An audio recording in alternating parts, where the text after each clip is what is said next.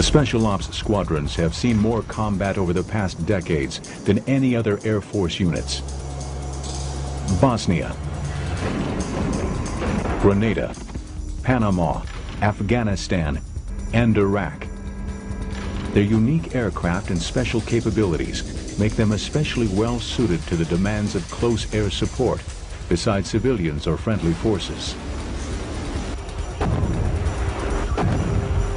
In the 1960s, the American Armed Forces realized that more attention had to be paid to low-intensity combat, the brutal Third World conflicts involving irregular and guerrilla forces. Specialized aircraft, though not necessarily high-tech, were needed for these missions.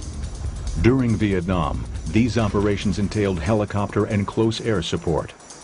But in 1979, when Iran held 52 Americans hostage for 444 days, the tactics of the Air Force changed dramatically. We like to call Ayatollah Khomeini, in a sense, the godfather of modern special ops, because it was there where we played a major role in the attempted rescue of the American hostages in Iran. And from that time forward, we began to get perhaps the kind of resources that we needed to do this job in the modern era.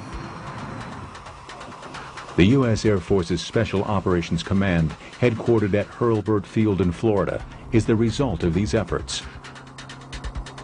Also based at Hurlburt Field is the 16th Special Operations Wing. This unit is different from most Air Force wings in the variety of aircraft it flies. Most wings fly only a single type of aircraft. But the squadrons of this wing each fly different aircraft types, both fixed-wing and helicopters, each configured to support specialized missions.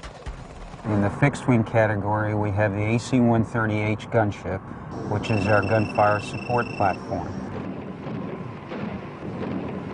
We have the MC-130, it's a variation of the C-130, and it essentially is a penetrator. It allows us to go deep into enemy territory or hostile airspace with a C-130 size airplane. The third fixed-wing bird is a HC-130. It is a tanker, principally, and its role is to air refuel our helicopters. Now, the two helicopters we have are sort of large and a smaller one. That is the H-53 variant, the MH-53J paid low, which is, again, a penetrator asset which can go deep. The MH-60 is our light lift helicopter, also air refuelable. It can go deep as well, but does not have all of the penetration avionics that either the 53 or, say, MC-130 have.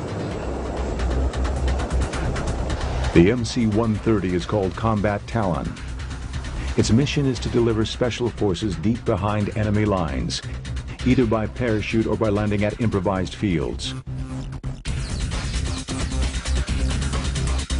The long nose on this aircraft houses a special terrain-following radar, enabling it to fly at treetop level, too low to be detected by enemy radar.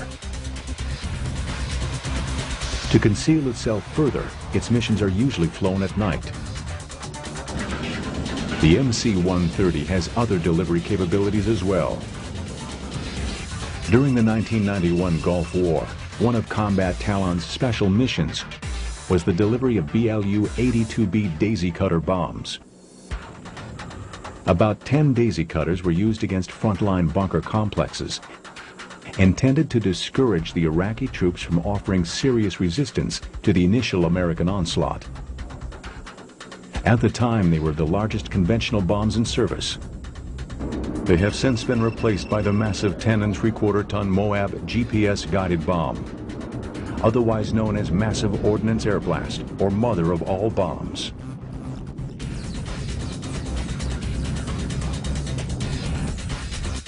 Fitted with a Fulton surface-to-air recovery system, Combat Talon has also been used to extract troops and equipment deep within enemy territory without having to land. This retrieval device snags a line suspended by special balloons and then briskly winches in the soldiers or equipment. In 1996, the Air Force officially retired the Fulton system, preferring to recover valuable assets using long-range heavy-lift helicopters like the MH-53 Pavlo.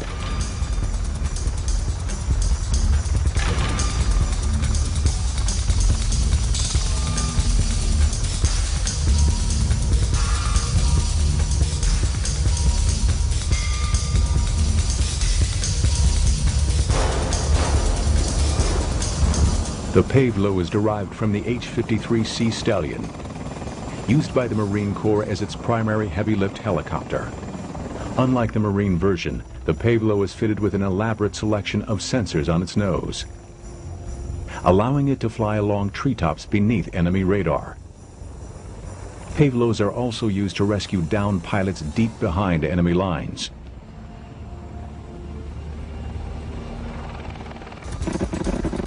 In 1991, one of the Pavlo's secret missions was to lead the first attack on Iraqi air defenses, guiding in Apache attack helicopters to destroy Iraqi radars.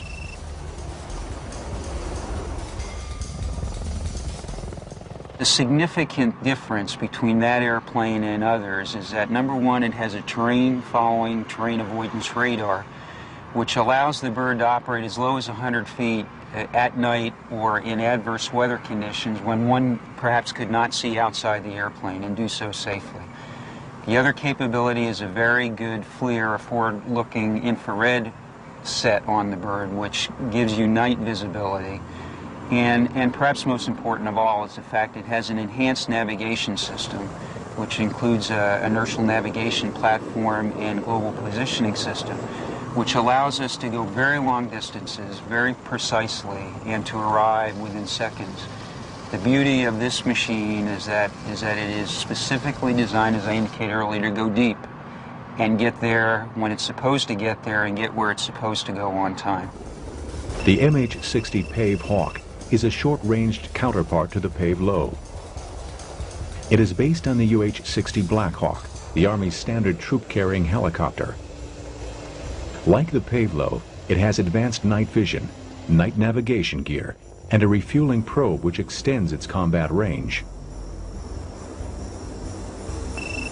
Essential to many long-range missions is the need to refuel the aircraft in flight. This is the task of the HC-130 tanker.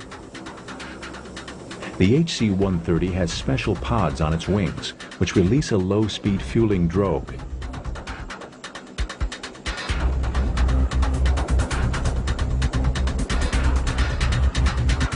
The HC-130 is specially configured to allow it to operate safely at night, refueling the Special Operations helicopters covertly.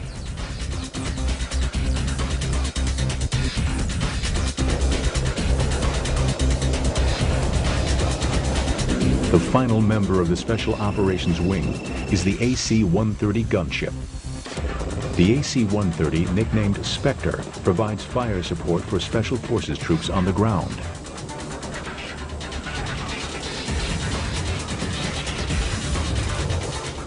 I think the most distinguishing capability that we have is the precision and accuracy of the firepower that we can deliver. And I'll be quite honest with you, the ground forces love this airplane because it can deliver the firepower very close to its position, and the issue of fratricide is minimal because of the accurate delivery power we have with this airplane.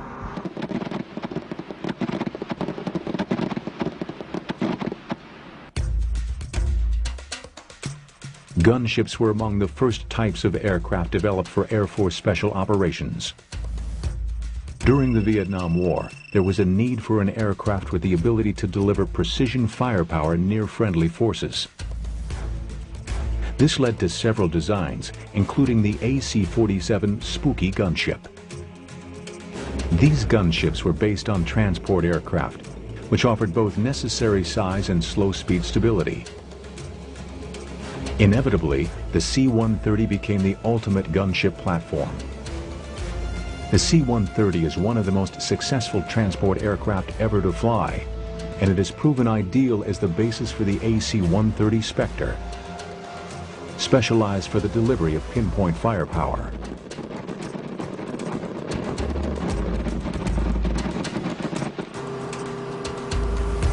One of the most striking features of the Spectre is its 14-man crew. No other attack aircraft has so large a crew. This many crewmen are needed to operate the multiple guns on board, as well as the sensors and computers which make the guns so accurate.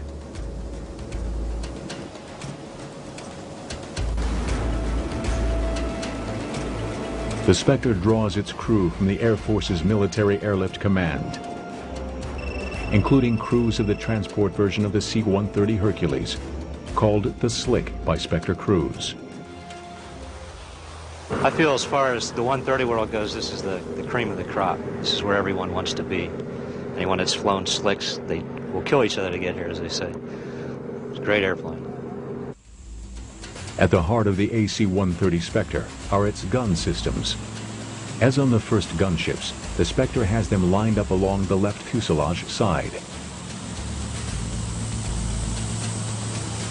We'll start at the front of the aircraft. We have two 20mm Vulcan cannons. Each one is capable of putting out a rate of fire of approximately 2,500 rounds per minute. We normally limit our bursts to 8 to 10 seconds maximum to keep the barrels cool, and also to conserve the ammunition on board. We do have a finite amount of ammunition, and normally a small dose will do more than a large burst will do anyways. We have the 40mm Bofors cannon. If you're familiar with the old World War II pom-pom guns, what we've done is taken one of the pom-pom guns off, put it on a trainable mount, and put it in the aircraft. Most of the ammunition that we shoot is 1950s vintage, so it's an unusual gun in itself.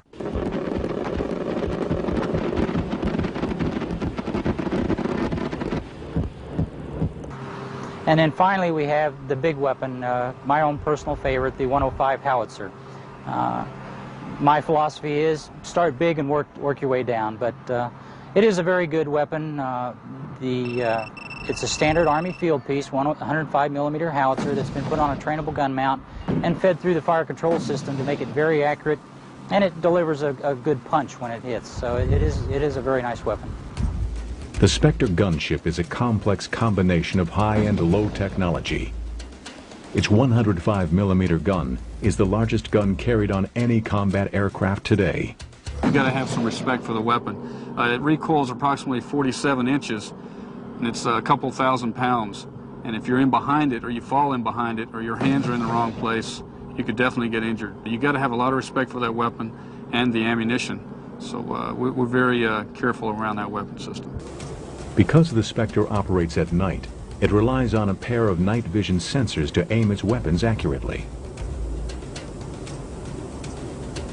We're primarily a night aircraft, and we're equipped with an infrared sensor, which you can relate it to a television camera that works off of heat sources versus the light spectrum, and it's very capable. It allows us to operate in a very dark night without any light source. In addition, we have a low-light television set on board, which with some moon illumination can operate independently, and without it we can provide our own illumination, which is not visible to the naked eye. Those two unique capabilities gives us the eyes in the sky, and those sensors are tied directly into our fire control system. If you could imagine that with the tie-in that we have, where the sensor looks, the gun looks, and that makes it a very, very accurate nighttime resource. The reason the gunship is able to deliver its firepower with such accuracy depends on tactics as well as technology. The location of the guns along the side of the aircraft permits the crew to use a special tactic, the pylon turn, which ensures consistent accuracy. The principle is that as an airplane performs a pylon turn around a given point in space, that point in space on the ground that is the center of the pylon turn is very stable, and that gives us the bulk of our firing accuracy, and the computer is able to anticipate that as we fly around a known orbit point around the target itself. The pylon turn maneuver is unique to the gunship and requires many practice flights for the pilot and crew to perfect this tactic. We go out and shoot the guns every single day. Fighter pilots may in their entire fighter career get to shoot 1 or 2 missiles. They do get to fire their, if they've got 20 mil or 25 mil guns, or with the A-10 they got the 30 mil, they'll get to shoot that quite a bit. And an aircraft commander in this unit will get anywhere between 2 missions a week and approximately 4 to 10 missions a month. The precision made possible by intensive training and special tactics allows targets to be struck accurately. I would consider the typical type of target to be something that's a Jeep-sized type target or maybe larger. And, you know, certainly we can go after vehicles, we can go after personnel. In the open, for example, we may be able to see some of those and destroy those kind of targets, buildings, bunkers, things of that nature. Combat missions have repeatedly demonstrated the value of specialized aircraft such as the Spectre. When ordinary bombing attacks are ruled out due to the proximity of civilians or friendly forces, the Spectre gunships are called in to do the job, as they were in 1990's Operation Just Cause in Panama. A good case in point would be Just Cause, where the AC-130, one of its missions was to work on the Commandancia. And you'll recall the vivid pictures of the Commandancia after that, where the building was taken down with very little collateral damage outside the perimeter of the building. That is the role of the AC-130, to strike targets with limited collateral damage and with high confidence that you're not hitting something other than you intend to strike. The AC-130 Spectre is based on a transport aircraft. And like a transport, it is big and slow. Its pivot turn maneuver gives it great accuracy, but makes it a very predictable target for enemy gunners. To minimize the risk to the crew and aircraft, it flies at night when it cannot be easily seen by the enemy.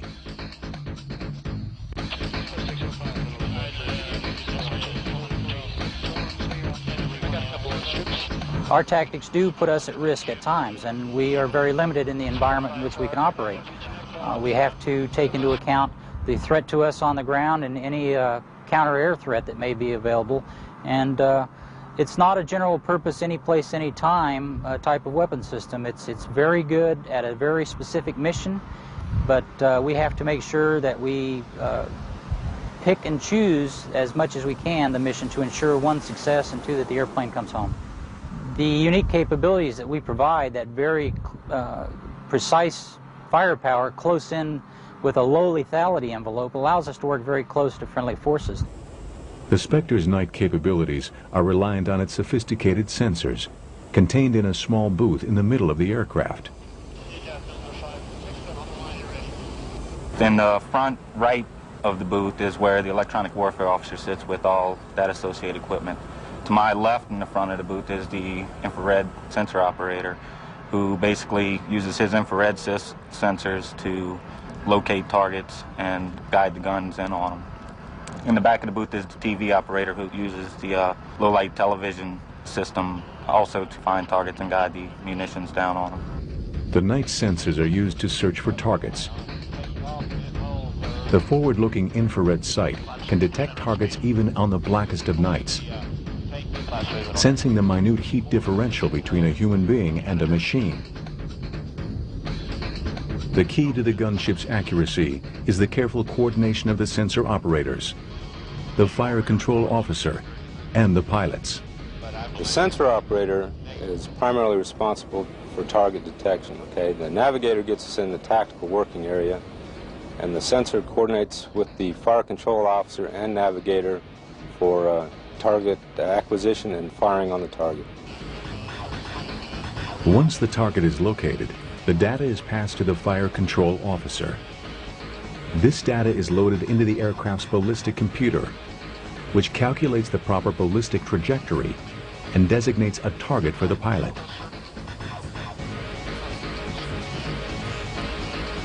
On modern fighters and attack aircraft, the weapons are aimed through a sight called the heads-up display, located in front of the pilot. This displays most of the critical flight information and aiming points. On the Spectre, the HUD is located on the side instead of in front of the pilot. Well, the HUD is what we use to aim the weapons. with the computer-generated symbols that we get from the HUD through the computer that's located back near the fire control officer station. That's how we aim the guns. That's when I'm shooting the weapons on this aircraft, I'm basically looking into a black hole. I can't see anything on the ground. We're firing, at altitudes that I can't distinguish ground references. I can't distinguish the target at all. But the sensors are able to see it, and their information is fed into the fire control computer, and that in turn generates the symbols on the HUD, and I use that to aim with. Once I get the symbols matched up on the HUD, then I can fire the weapons. The pilot's decision to fire must be verified by the sensor operator to make sure that the guns are aiming in the right direction. If the pilot makes a mistake, the computer intervenes. In that case, the computer simply prevents us from firing unless we have the proper firing solution. We work very closely with the sensors on that. Whichever sensor we're using, the TV or the infrared, it's kind of a chicken and egg question. The pilot pushes the trigger, and then when the sensor determines that he is locked onto the target, and the gun is at that point following the camera around, they are locked in by the computer. When he decides that he is locked onto the target, he pushes his consent button, and the gun will go off. The night alone cannot protect the Spectre. Even the smallest and least advanced armies now employ radar-directed anti-aircraft guns and infrared-guided missiles. The Spectre defends itself from these threats electronically. It has sensors located around the aircraft to pick up the electronic signals of radar-directed guns that might be homing in on it. And under the aircraft are missile warning receivers. It is the job of the Spectre's electronic warfare officer to determine how the aircraft should respond to each threat. Some enemy weapons cannot be detected electronically, in which case human eyesight must be used to defend the Spectre. At the side of the aircraft sits one of the observers, and in the tail sits another, looking through a plexiglass bubble. These observers have learned from experience what enemy fire looks like. For example, a surface-to-air missile, you'll see a bright light, basically the launch. Then the missile coming up, you'll see the plume, the aft end of the missile, which is more of a corkscrew type action coming up at you, and they're quick. They're very quick.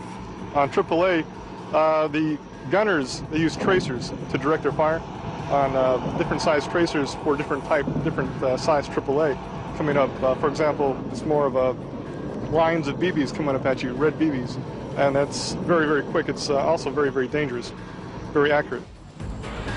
It is the experience of crewmen like these that has made the Spectre so formidable a weapon system. The U.S. Air Force Special Ops Squadrons are among the most elite combat units in the world. Whether it's delivering troops deep behind enemy lines, or concentrating awesome firepower in close proximity to friendly forces, these airmen undertake America's most critical missions.